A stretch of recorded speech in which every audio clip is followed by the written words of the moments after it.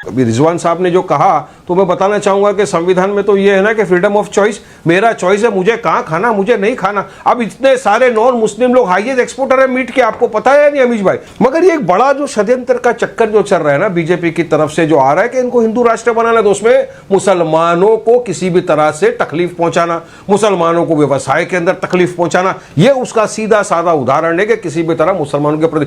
तो वारिस भाई ये आप ही लोग हो जो केएफसी को मजहब के साथ जोड़ के कहते हो केएफसी का बॉयकॉट करो।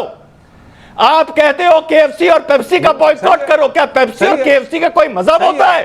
पेप्सी का मजहब हो गया, रेस्टोरेंट है वही, केएफसी के मुर्गे का मजहब हो गया। वाह वाह वाह, क्या बात है, क्या बात है। दोस्तों नमस्कार।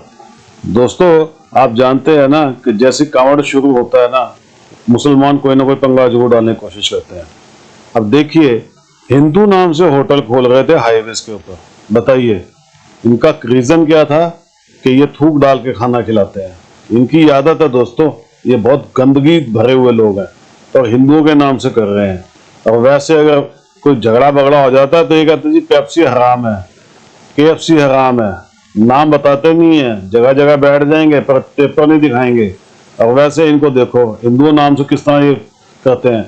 जो गलत काम होगा ना दोस्तों, इनको पता है कि मुसलमान को कोई पूछता तो है नहीं हिंदू, इसीलिए हिंदुओं के नाम रखकर उनको धोखा देते हैं। और फिर ये कहते हैं कि हम बड़े कट्टर हैं, हमारे में कलमा है, हमारे में मजहब है, हमारा जज्बा है। दोस्तों ये धोखेबाज कौम है, इसीलिए आज इनको ना जूते भी खाने पड़ रहे हैं, इसीलिए आज ये फंसा भी है चितकबरा और तब से कूटा भी है रिजवान साहब ने। डिबेट पूरी देखिएगा, डिबेट पसंद आए तो डिबेट को लाइक और चैनल को सब्सक्राइब जरूर कीजिएगा। Thank you very much. इतनी जगह रेस्टोरेंट के ऊपर लिखा हुआ होता है शुद्ध शाकाहारी रेस्टोरेंट।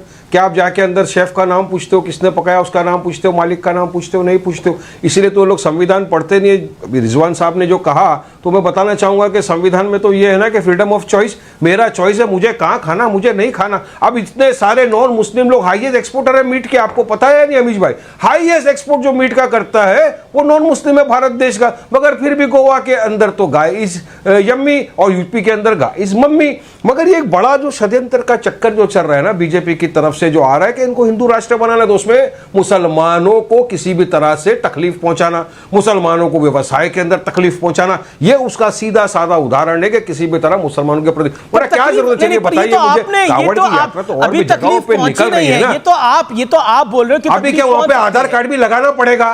नहीं, ये तो आप बोल रहे हो तकलीफ पहुंच सकती है, पहुंचने वाली है, उसके पहले रोकना चाहिए। अरे तो किसी को तकलीफ पहुंच रही है अमीश भाई, लोगों ने वहां से अपने रेस्टोरेंटों से लोगों को निकाल दिया, अब उनको कौन जवाब देगा, कौन रोजगार देगा? रिजवान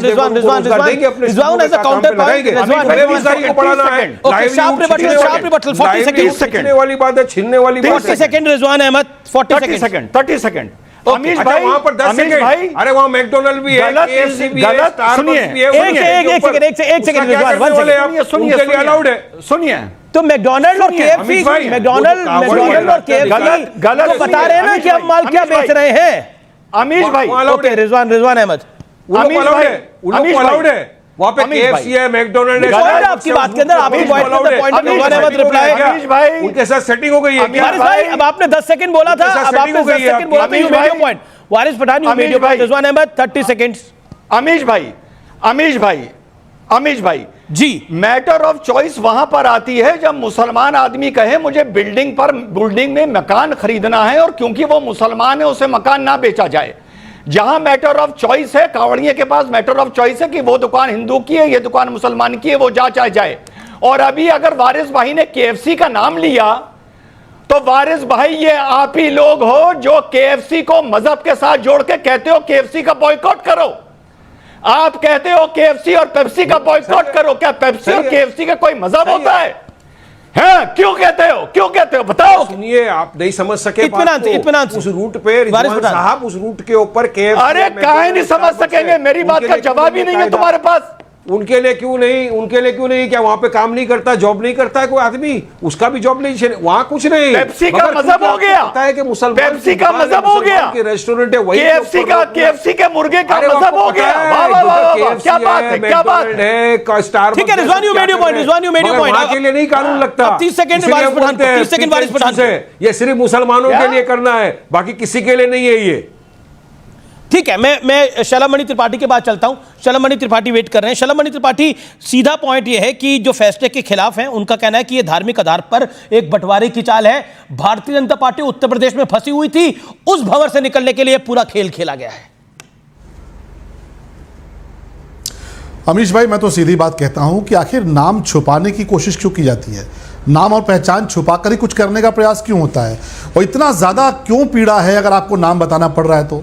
आखिर वारिस पठान साहब अपनी कोई दुकान राम प्रसाद जी के नाम पे क्यों चलाना चाहते हैं? अगर वारिस पठान साहब हैं, कोई दुकान चलाना चाहते हैं, लिखे कि हाँ साहब हम तो वारिस पठान हैं। अब आप अगर ये चाहते हो कि वारिस पठान साहब राम प्रसाद के नाम पर दुकान चलाएं और शुद्ध जलजीरे की दुकान चलाएं, तो ये तो नहीं हो सकता।